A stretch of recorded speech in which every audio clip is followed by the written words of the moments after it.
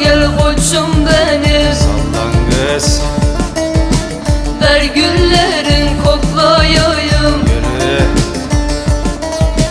Sallan da gel yavrum benim. Hadi burada.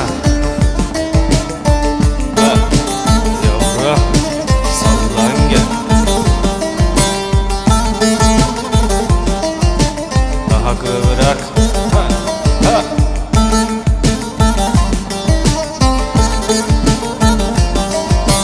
Bir daha.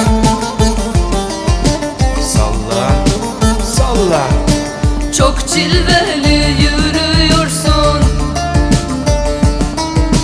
beni deli ediyorsun.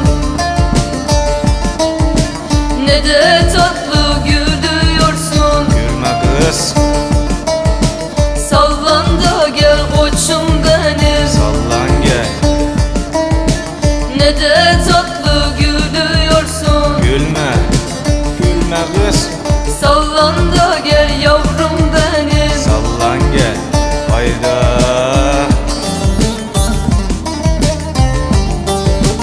Bu yana, bu yana. Sallan. Badem gibi gözlerin var, elma gibi yüzlerin var. Hayda. Baldan tatlı sözlerin var. Yürü kız. Sallan da gel koçum benim. Koçum benim. Baldan tatlı sözlerin var. Yürü. Haydi kız. Oyna da gel yavrum benim. Bu yana, bu yana. Koçum benim. Kostak, kostak.